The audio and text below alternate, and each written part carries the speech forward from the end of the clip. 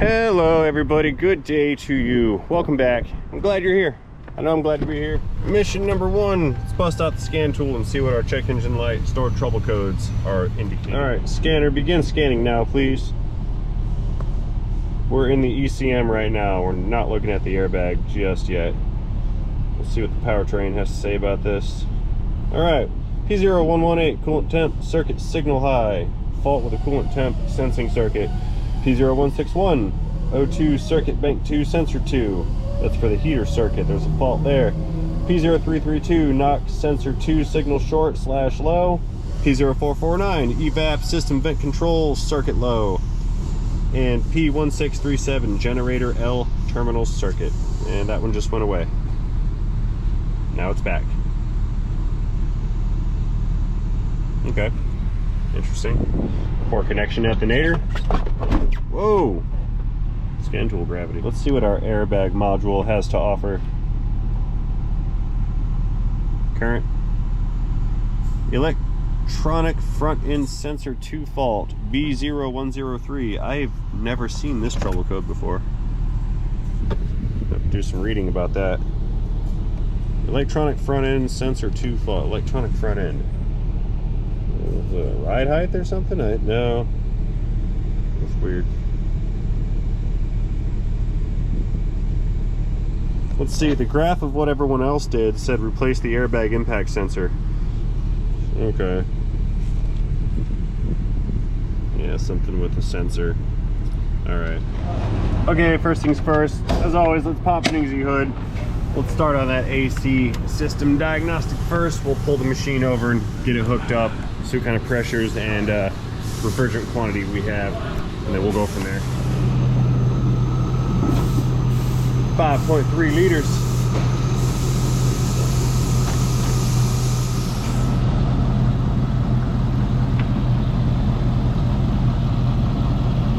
Come here. Oh, it's tight. Okay.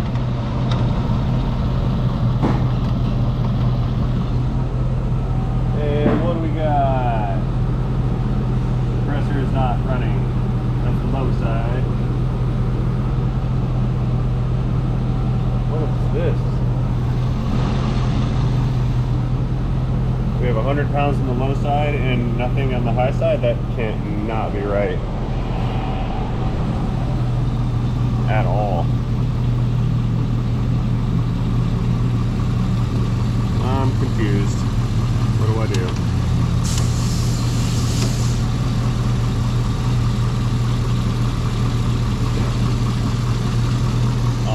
I have no idea what this is about. Never seen this before in my life. Let's recover it and just see what happens. While that's going down, I'll go do some other diag work. Must have been in the machine. Keep in mind this machine has been screwing up and it's due for a service visit. That was weird. Hey, I found the door handle in question. Driver's side inner door handle. That's what's broken. Or I'm sorry, outer handle. Inner handle works. Outer handle does not work. That's very broken. Okay. We'll have to order one of these with replacement linkage. Okay. Alright, we are fully discharged now. It's almost complete. Time to throw some service ports on this as per my usual protocol. Then we'll regas it, fire it up, and see how it runs. Alright, let's pop these service ports, valves off real quick like. And we will get them extracted. This Schrader threads in. This other one is a whole different design. Come here. Ooh, tool gravity. No worries, I see it. Come here. Alright, low side valve is ready to go in. Valve click. Now this valve's a little bit different. Let's hang on to the line, otherwise the line will twist, because we have to unthread this valve. Watch this. It's a Chevrolet thing.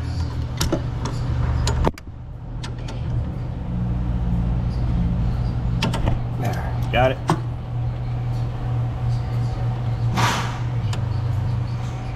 Here's the old one. Here's the new one.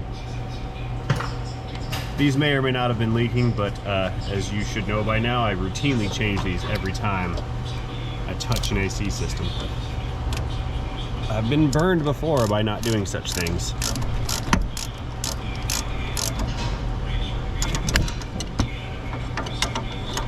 Come here, flashlight. Get out of the way. Nobody wants to see you. Leakage.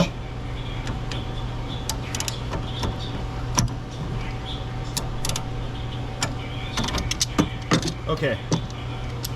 Vacuum time.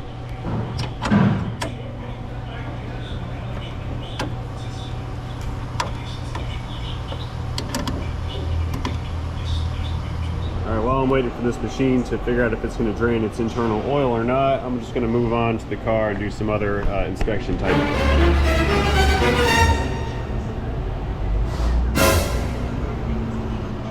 Look at this right here. Now, if this were to end up swinging over here, it's going to make contact right here. And now we have a straight short to ground with no fuse. This can't be here. This cannot be here at all. I'm actually going to remove this.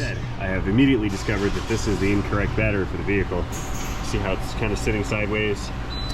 And it doesn't really fit in the tray. Additionally, this is supposed to be a side post battery because these terminals, or these lugs, are supposed to bolt onto the side. So we've got the wrong stuff going on here. I mean, it'll work, kind of, but this is not the right way.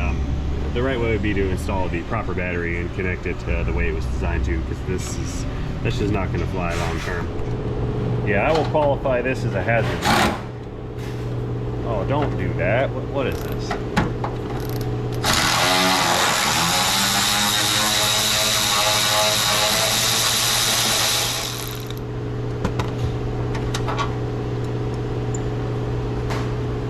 Alright, we recovered 0.6 pounds and spec is 1.6 pounds. So as soon as I can get this vacuum to take place, we'll go ahead and charge it. There we go. Alright, let's start the charge. 0.16 pounds. Refrigerant. Begin charging now, please. Go, baby, go. Come on, hurry up. Does what I tell it to. Alrighty, we're back in the cabin. The system charge has completed. Let's go ahead and fire up the AC and check our temperature here. Powering on full speed ahead, maximum cold. Okay, pressures came up. We're a little high on the low side. It'll do, that's a little bit up there. 250 is a little bit high on the high side, but it's also 89 degrees. Yeah, I can live with that. Yeah, I'm actually more concerned about finding the potential leak on this than anything at this point. Yeah, it's cooling off though. Slowly. Okay, I've got the system turned off. Pressures have returned to static. They're equalized. I'm going to go ahead and power the compressor back on, give it a little bit of throttle, and we're going to watch how high the high side goes.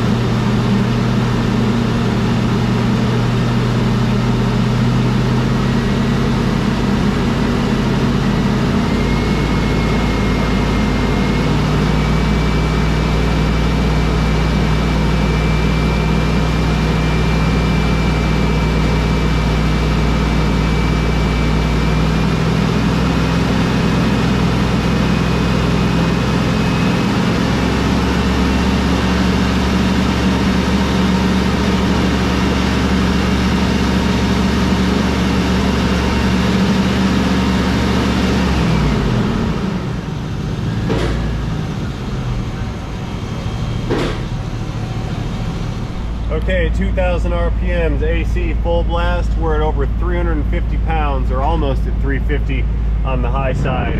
And we're only making, what, 75 degree air, 70.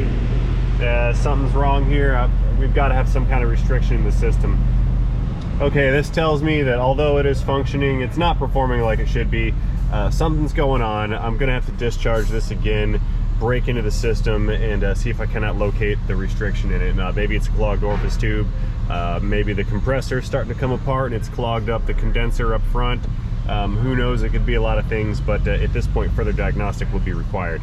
So I will be moving on to the other items that are on the list. And one of those items is a complaint that states that the vehicle battery dies when it's parked overnight. Now granted, we do have the wrong battery in there, but that really shouldn't affect whether it dies or not. So let's bust out the multimeter and do a parasitic draw test. That's going to tell us if there's a module or some kind of component in the car that is staying on when it shouldn't be and bringing that battery down. So what we're going to do, we got everything unplugged, scanner's disconnected. We need to remove all possible and potential sources of current draw in the cabin. So lights are off, keys out, disconnected, phone chargers are out of it. Let's go get the meter set up and disconnect the battery. All right, multimeter, you hang out right here where we can see you. We're going to switch our positive lead over to the amp setting. Turn this on to DC amps. There, now you can see. What I'm going to do is connect the meter leads in series with the negative battery cable, and it's going to pull, or all the current running through that cable is also going to run through this meter, and the meter's going to tell me how much current that is. The normal specified amount of current while the vehicle is shut down, I believe, is 300, maybe 350 milliohms. So anything more than, let's call it 400. Anything more than 400 is going to be excessive. But I believe spec is around 350 or so. Regardless, let's get this thing hooked up so we can monitor what's going on. Let's install another terminal so I have something to clamp the meter lead to.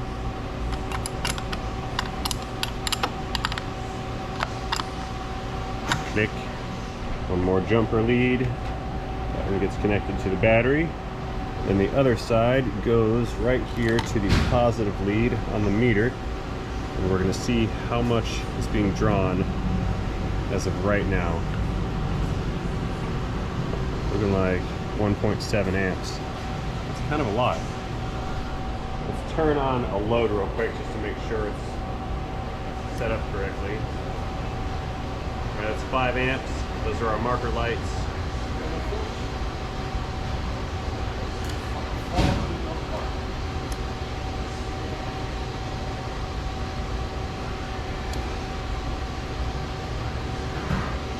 Everything's off again. Door open. Door closed. Okay. Well, what I'm going to do is I'm going to watch this meter, and I'm going to pull fuses out one at a time until I find the one that drops this down to where it's supposed to go.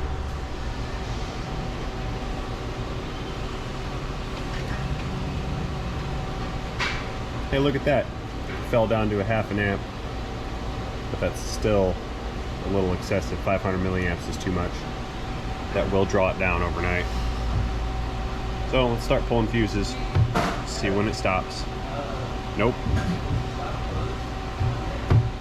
Nope. This is a little meticulous, but this is the way I like to do it. Nope. We can also leave the battery connected and then check voltage between the pins on the fuses. And if you have a voltage drop between pins, you can hypothesize that that particular circuit is drawing current. But I also found it's just as easy for me to disconnect fuses. Nope.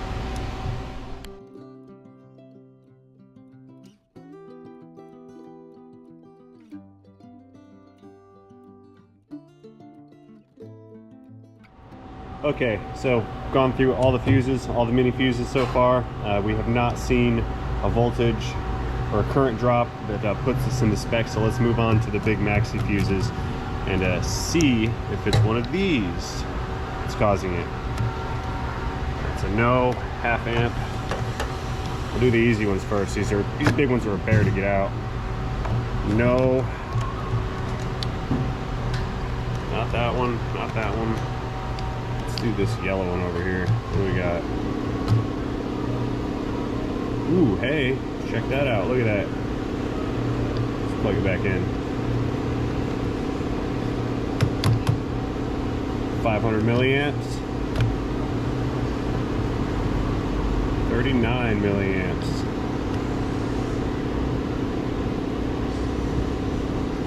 499, 500. 39. Ooh, we might have something here. Where's the lid? What does our lid indicate? Lid indicates this one, which is a 60 amp, 60 ABS. This is the maxi fuse that powers the ABS module. That is our battery draw. Found you. And that, ladies and gentlemen, is how we conduct a parasitic draw test. Now, like I said, there's many other methods, and I'm sure you will chime in down below in the comments on the way you like to do it. This is the way I chose to do it this time. So, all right, that's a confirmed diag right there. Let's get the meter out of here, move on to our next complaint. We'll just put that back right there for now. I don't know if I can tighten this up any better. Maybe I can. Maybe I can't. Yeah, that's better. Click. Okie doke. So I'm going through all these trouble codes stored in the ECM. All of them are not related. They're all different systems that are fitted. And I want to try to get at least one or two of the easy ones diagnosed while we've got time today. One of them was the P0, oh, I already forgot, hang on, let me look. I think it was a P0440. It had something to do with the evap vent solenoid. Yeah, where are we? Is it, oh, there it is. Yeah, evap vent control solenoid circuit low. What I'm going to do is command the vent solenoid. It is back here behind the tank. Where are you? There you are. I already came down here and unplugged this, but I'm going to probe these connectors right here, these pins with the meter. I'm going to watch voltage, and I'm going to command this solenoid on and off. If I get a command here and I don't hear an audible click here with it plugged in after I verify that the circuit works, I can conclude that this vent solenoid right here is faulty and will have to be replaced. So we're going to diagnose that real fast. All right, so we're going to go into functional test. That's going to be engine test. Yeah, that's it. There we go. Functional test. Output controls. That's what we're looking for. And evap vent solenoid. That's our guy. Test will not function. Blah blah blah. Yeah, I know. All right, let's get the meter plugged in. I know we're rolling around in the dirt. I don't have a lift. They're all full, and I'm trying to squeeze this thing in as best I can, so bear with me on that one, folks. Alrighty, so the scan tool is commanding this solenoid on, so I should have some voltage here at the connector. Oh, dirt in my face. Awesome. Let's go ahead and probe this, and I'll show you the voltage. Alright, that's connected. Here comes the metering device. Look at that. We got voltage. And if I plug it in, I also do not get actuation of the solenoid. Notice we do not hear an audible click. I'm going to go find a load light and put an actual load on this circuit real quick just to see if it will function when commanded on and off. Okay, so here's what we're going to do. I have this light bulb here, and I'm using a light bulb in order to put a load on the circuit, but I've got a light here, a load, and I've got two test pins. We're going to connect these pins to the connector and then use the scan tool to actuate this circuit on and off. Right, we're now connected. I'll keep the light bulb in your view. Reaching down with the scan tool, commanding the circuit on and off. Here's our on command. There we go. And off. There Very good. Okay, so this tells me that the ECM is working and that the circuitry is good. I'm now going to plug this vent solenoid back in. I'm going to command it again with the scanner, and we're going to listen for an audible click out of this device right here. So there's on, no click, off, no click. That verifies that this vent solenoid is faulty and has to be replaced. All right, let's get out of here. I'm a little rusty and kind of cramped down here, and it's getting a little warm. Need to go. Hey, look, it's got new brakes. All right. Yeah, scooch. Scooching. So, we've gone through and diagnosed the evap system code, the generator L terminal circuit code. That leads me to suspect that there's a feedback circuit that is open within the alternator assembly itself. I have not yet confirmed that. The alternator is charging, but we've got other things. Yeah, see, now it's working again. Look at that. And now it's gone again. Anyway, we confirmed the evap system vent solenoid is faulty. These knock sensors, I need to do some more diag work on that. The O2 sensor, I need to do a little bit more diag work on that. And this coolant temp circuit signal high is going to be an interesting one because it has a brand new temp sensor in it, and it's still giving us the code. I'm assuming someone saw this code before and just tossed the sensor in there. That was the wrong choice. Regardless, I will not, I'm not going to invest too much more time at this point in here because I've found quite a few things that are wrong, and we need to bounce this off the owner of the car and see what they want to do about this moving forward. Okay, so real quick recap before we're all done here. So we need to re-discharge the AC system, take a bunch of it apart, find what's restricted, replace and repair. Need to pull the intake off. Probably going to have to replace one of the knock sensors down below the intake. There's two of them down there. If I go through all that work, we're going to do both of them and the jumper harness. Then we're going to move over. We need to put the correct battery in it, with the correct terminal lugs, hook all that stuff up. Oh yeah, and on top of it all, this alternator is only making 13.2 volts. We want to see 14 right here. Now I do know that I am going to be doing some of the work on this truck, but I'm not going to be doing much of that today because I've got some other priorities to handle first, and we'll have to reschedule this one later. So that being said, this truck may potentially turn into a whole series of videos for us to watch. That being said, I'm going to go ahead and close this one out right now. I've got to go and build the estimate for this and relay that to all the appropriate individuals who are going to do the decision making here.